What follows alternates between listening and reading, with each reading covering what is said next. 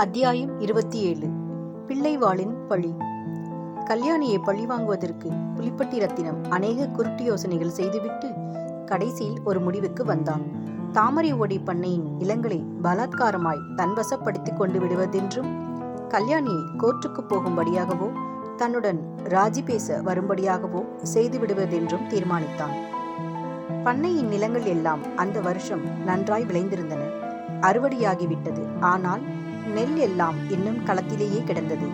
களத்தில் இருந்தபடியே நெல்லை விற்றுவிடுவதா அல்லது எடுத்துக்கொண்டு போய் சேர்க்கட்டி வைத்திருப்பதா என்பதை பற்றி கல்யாணி யோசனை செய்து கொண்டிருந்தாள். நெல்லை போட்டுவிடும்படியாக நெல் வியாபாரி ஒருவன் வந்து அடிக்கடி கேட்டுக்கொண்டிருந்தான். பண்ணையின் காரியஸ்தருக்கு இது பிடிக்கவில்லை. நம்முடைய பண்ணையில் எப்போதும் ஆனி மாதத்திலேதான் நெல் போடுகிற வழக்கம் என்று அவர் சொன்னார்.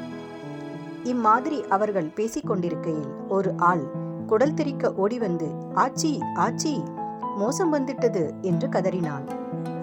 என்னவென்று கேட்கவும், புலிப்பட்டி ஆட்கள் வந்து களத்தில் இருக்கும் நெல்லை அள்ளறானுங்க. 20-30 வண்டி வந்து கிடக்கு. தடியும் கையுமாய் 100 ஆட்கள் வந்து நிற்கிறானுங்க. எல்லாரும் நன்னா புட்டி போட்டுட்டு வந்திருக்கானுங்க. கிட்ட வந்தால் மண்டையை உடைச்சிடுவேன் என்கிறானுங்க.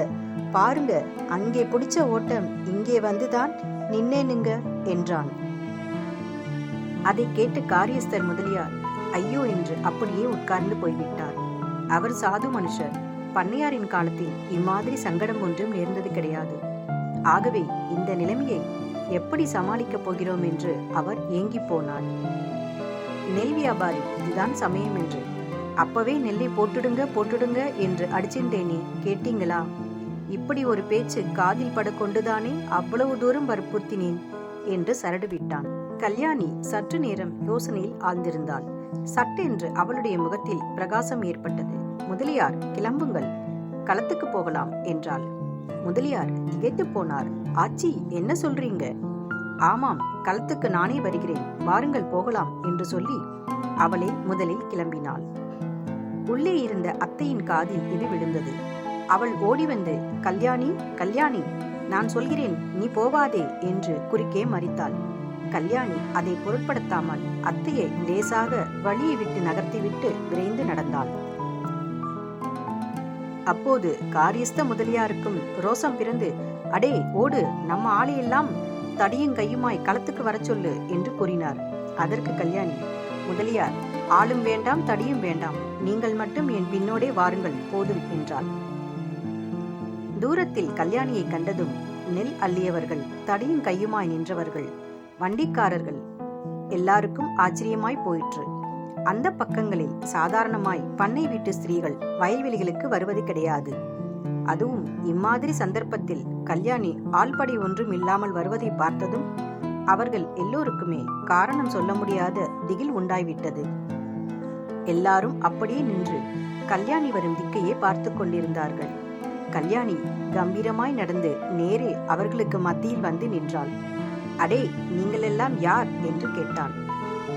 கொஞ்ச நேரம் பதில் ஒன்றும் வரவில்லை. அவர்களில் பெருங்குடிகாரனும் வாயாடியுமான ஒருவன், நாங்கள் எல்லாம் மனுஷங்க என்றான். நீங்கள் எந்த பண்ணை ஆட்கள் என்று கல்யாணி கேட்டாள். புலிப்பட்டி ஆட்களுங்க. சரி, இது எந்த பண்ணைக்களம்? தாமரை ஓடை பண்ணைக்களம். பின்னே ஏன் அப்பா இந்த களத்தில் வந்து நெல் வாருகிறீங்க? ஆட்கள் மௌனமாயிருந்தார்கள்.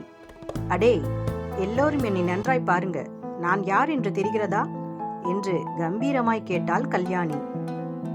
அப்போது அந்த பெருங்குடிக்காரன், அம்மா, நீ மாரியம்மனாச்சே, எனக்கு தெரியாமே போச்சே. அடே ஆளுங்களா, எல்லாரும் விழுந்து கும்பிடுங்கடா என்று சொல்லி முதலில் தானே திடீரென்று தரையில் விழுந்து கும்பிட்டான். அம்மா, தாயே, காப்பாத்தணும் என்று புலம்பத் தொடங்கினான். மற்ற ஆட்கள் எல்லாம் பிரமை பிடித்தவர்கள் போல நின்றார்கள். அடே, உங்களையெல்லாம் காப்பாற்றத்தான் நான் வந்தேன். நீங்கள் இப்போது செய்வதற்கு வந்தது பெரிய தப்பு காரியம். பகல் கொள்ளை அடிப்பதற்காக வந்திருக்கிறீர்கள். இதற்காக உங்களை பிடித்து காலிலேயும் கையிலேயும் விலங்கு மாட்டி 7 வருஷம் ஜெயிலிலே போட்டு விடுவார்கள். நீங்கள் ஜெயிலுக்கு போய்விட்டால் உங்கள் பெண்சாதி பிள்ளைகளை உங்கள் எசமான் காப்பாற்றி விடுவாரா என்றாள் கல்யாணி. ஐயோ, எங்க எசமானா? செய்கிற வேலைக்கு வயத்தில் அடிக்காம கூலி கொடுத்தால் போதாதா? பின்னே அவர் சொல்றதை கேட்டுக்கொண்டு இந்த திருட்டு வேலைக்கு வந்தீர்களே? எல்லாரும் திரும்பி போய் சேருங்கள். சாயங்காலம் உங்கள் வீட்டு பெண் பிள்ளைகளை வரச் சொல்லுங்கள். தலைக்கு பதக்கு நெல் கொடுத்தனுப்ப சொல்கிறேன். ஏன் நிற்கிறீர்கள்? போங்கள் என்றாள். ஆமாண்டா, போகலாம் வாங்கடா, நமக்கு என்னத்துக்கடா தண்டா என்றான் ஒருவன். முதலில் 10 பேர் கிளம்பினார்கள். அவர்கள் பின்னால் இன்னும் சிலர் போனார்கள். பிறகு பாக்கியுள்ளவர்களும் நமக்கு மாத்திரம் என்னடா என்று சொல்லிக்கொண்டு கிளம்பி சென்றார்கள். பிறகு கல்யாணி வண்டிக்காரர்களை அழைத்து பேசினாள். அதன் பயனாக எல்லா வண்டிக்காரர்களும் நெல் மூட்டைகளுடன் தாமரையோடைய வீதிக்கு சென்று அங்கே பண்ணையில் சேர்க்கட்டும் முற்றத்தில் நெல்லை போட்டுவிட்டு வண்டி சத்தத்தை வாங்கிக் கொண்டு போய் சேர்ந்தார்கள். இந்த விவரமெல்லாம் புலிப்பட்டி ரத்தினத்தின் காதுக்கு எட்டிய போது அவன் அவமானத்தினால் குன்றி போனான். அவ்வளவுக்கு அவனுடைய குரோதமும் அதிகமாயிற்று. அப்போதுதான் கொள்ளிடக்கரை திருடனுக்கு பணம் கொடுத்து கல்யாணி வீட்டில் கொள்ளையடிக்கச் செய்ய வேண்டுமென்ற அபூர்வ யோசனை அவனுடைய மூளையில் உதயமாயிற்று.